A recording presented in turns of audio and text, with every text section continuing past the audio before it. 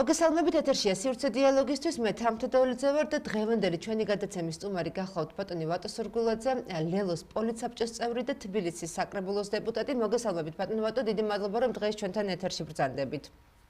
გამარჯობა.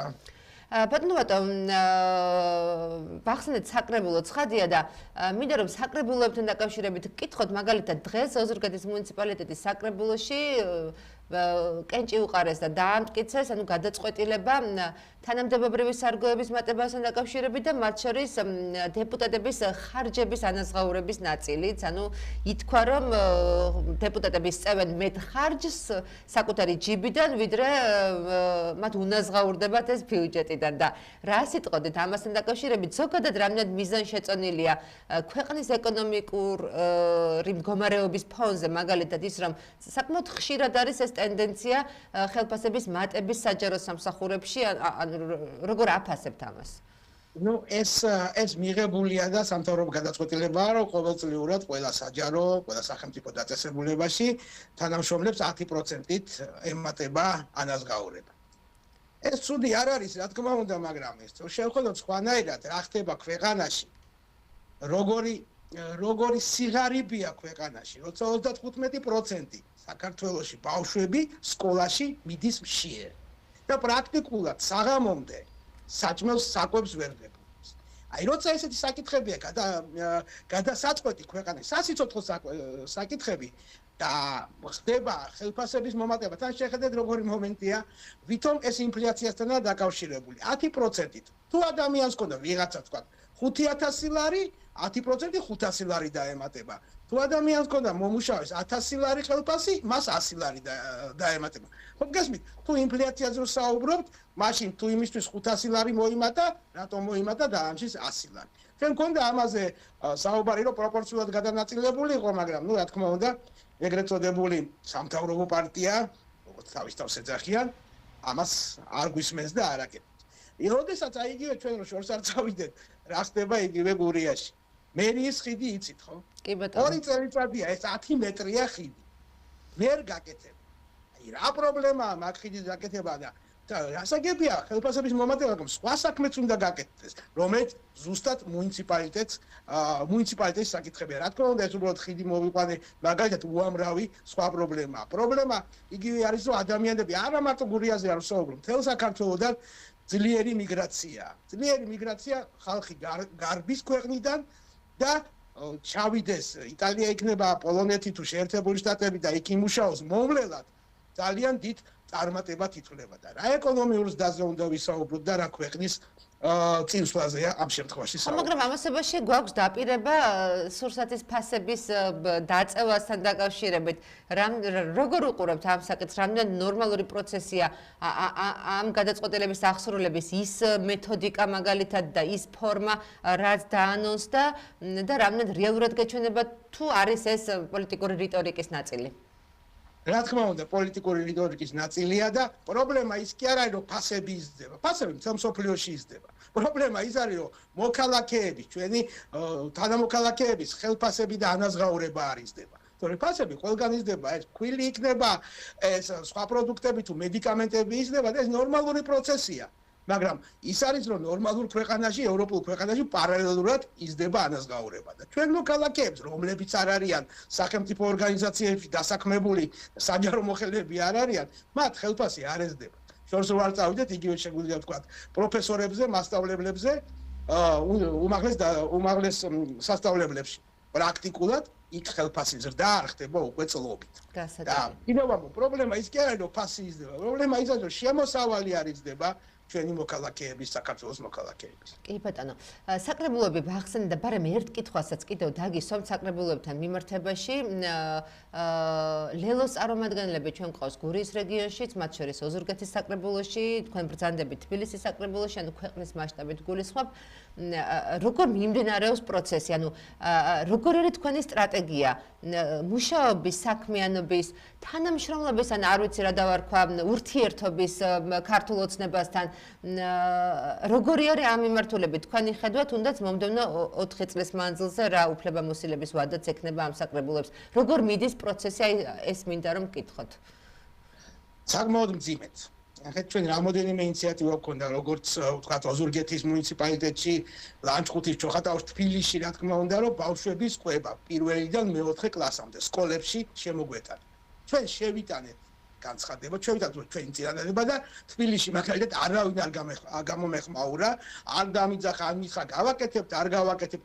ბატონო შორის ოზურგეთის სასარგებლოდ მინდა ვთქვა, რომ რაღაცა ინტერესი საკრებულომ და მერიამ გამოიჩინა, მაგრამ ჯერჯერობით არაფერი არ ხდება და ვნახოთ. ძალიან რთულია მუშაობა, იმიტომ რომ თბილისის საკრებულოზე ვიტყვით, თბილისის საკრებულო პრაქტიკულად არის და ალბათ სხვა საკრებულოებიც უფრო სწორედ ალბათ კი არ მასია, სანოტარო კანტორაა, რასაც გადაწყვეტს მერია, რასაც გადაწყვეტს ქალაქის მერი, შემოაქვს შესაბამისად სტომაზე და ამას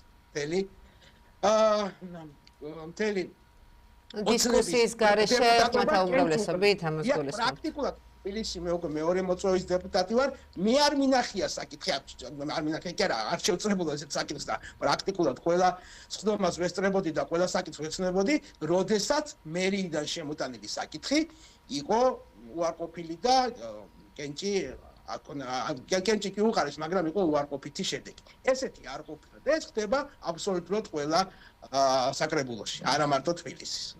გასაგებია და ბოლო კითხვასაც დაგისვამთ, რახან ეს ბოლო შედარებით ბოლო ახალი ამბავი არის BBC-ის ფილმის საკითხი იყო თვეების მანძილზე ძალიან აქტუალური თემა ჩვენ საზოგადოებაში და ახლა როგორც ცხადი გახდა ქართულმა ოცნებამ BBC-ის მარეგულირებელში შეიტანა სარჩელი აი ამ ფილმის შინაარსის წინააღმდეგ და მოითხოვა ბოდიშის მოხდა.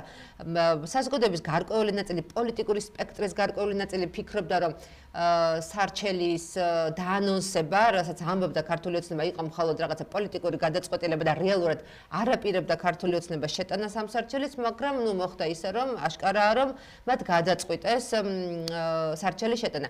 რას მოიტანს ეს ყველაფერი თქვენ როგორ გონიათ? უფრო მეტ ინფორმაციას მიიღებს ამ თემასთან დაკავშირებით საზოგადოება და რეალურად გაირკვევა რა იყო და როგორ იყო, თუ ეს მხოლოდ პოლიტიკური გადაწყვეტილება და დაუშვათ საერთაშორისო გამოძიება ან სხვა გზა არის უფრო მნიშვნელოვანი. ქართულ ოცნებას ეს საკითხი ძალიან აღელვებს და მოითხოვეს პირველ რიგში იმ ვიდეოსი, იმ ფილმის, დოკუმენტალური ფილმის საინფორმაციო სივრცედან, ინტერნეტ სივრცედან აღება, რომ ეს ფილმი არ იყოს. ძალიან აღელვებს ეს საკითხი და ეხლა მიმართეს რომ მოგვიყვანეთ მოწმეები, მაგრამ საკითხი ციტრაშია. უკვე წინა წელს ეს რომელი წელი ზუსტად 1 წლის წინ 4 დეკემბერს მე მივმართე ჯანდაცვის მინისტრს, როცა ეს მოხდა მოწამვლა, რომ გთხოვთ მომცეთ ინფორმაცია რა ნივთიერება იყო გამოყენებული. მე პასუხი ვერ მივიღე. ეს კიდე 1 წელი და 1 თვის წინ მივიღე ძალიან ზოგადი პასუხი, რომ მთელ მსოფლიოში გამოიყენება და პრობლემა არ იქნება. მე მივმართე იმიტომ, რომ როდესაც რაღაცა საშუალებას იყენებ და ადამიანი საავადმყოფოში ხდება, ექიმად და ექთანმად და სამედიცინო პერსონალს უნდა იცოდეს რითი არის მოწამლული, რა ნივთიერება იყო გამოყენებული, რომ ადეკვატური მკურნალობა ჩაუტაროს. რატომ არ გცემენ პასუხს? რა ნივთიერება კი იძახიან კამიტი, არ არის კამიტი. რა ნივთიერება იყო გამოყენებული, რომელიც წყალს შეურიეს, როგორ რეაქციას იძლევა ის ნივთიერება წყალთან ერთად, იმიტომ შეიძლება ცალკე გამოყენებული არც ისე მავნებელი იყოს ადამიანისთვის, მაგრამ რატო არ გვეუბნებიან? რა საიდუმლოა ესეთ? ყველა ქვეყანაში კი, ბევრ ქვეყანაში იყენებენ ესეთ ნივთიერებებს, მაგრამ აუცილებლად ყველა ინფორმირებულია, რომ იყო გამოყენებული ეს ან სხვა ნივთიერება, რომ რაღაცა რომ მოხდეს, ან ალერგიული რეაქცია იყოს, ან სხვა ინტოქსიკაცია დაეწყოს ადამიანს, რომელიც მანიფესტაციაში, ან საპროტესტო აქციაში მონაწილეობდა, ადეკვატური მკურნალობა გაუწიოთ. ეს საკითხი ძალიან აღელვებს ეგრეთ წოდებულ მთავრობას და ამიტომაც ახლა შეიტანეს და ბოდიშის მოხდას ითხოვენ, მოწმეები მოგვიყვანეთ და რაც თავარია ამ ფილმის, დოკუმენტალური ფილმის საინფორმაციო სივრცედან. როგორ ვიგოთ, რა შედეგი ექნება აი ამ მიმართვას, ან პოლიტიკურად რაიმე შედეგს მიიღებს ან ქართული ოცნება, ან ოპოზიციური სპექტრი და საზოგადოება, ვისაც კითხვები აქვს და აინტერესებს კონკრეტულ კითხვებზე პასუხი? შეიძლება რა ცოტა რთულია ახლა პასუხი, მაგრამ მე მაინც ვიტყვი, რომ ალბათ არავითარი ესეთი რაღაცა რეაქცია, რომელსაც ელოდება და რომელიც უბრალოდ კი არ ელოდება, რომელიც უნდა რომ ქართულ ოცნება სურვილი აქვს რომ იყოს, ესეთი რეაქცია არ იქნება. იმიტომ ეს BBC-ა სერიოზული ორგანიზაციაც არ არის. რომელიღაცა კოცმედია, არამედ სერიოზული, ამაზე სერიოზული რა ვიცი, ტელევიზია თუ კიდე არსებობს სოფლიოში და აქ ამათ მოთხოვნაზე ჩემი აზრით არავითარი რეაგირება ბრიტანული მხრიდან არ იქნება. ეს ჩემი მოსაზრება. გასაგები. და რას მივიღებთ იმას, რომ საბოლოოდ ეს გამოძიება ჩატარდება. და ძალიან ბევრ ადამიანს მოუწევს პასუხის გადაეცეს შესაბამისი პასუხისმგებლობა დაეკისრება. რატო გამოიყენეს, რატო არ გააფრთხილეს და ეხლაც კიდევ ვიბრძოლ, ეხლაც რატო არ იძახიან, რა ნივთიერება გამოიყენეს.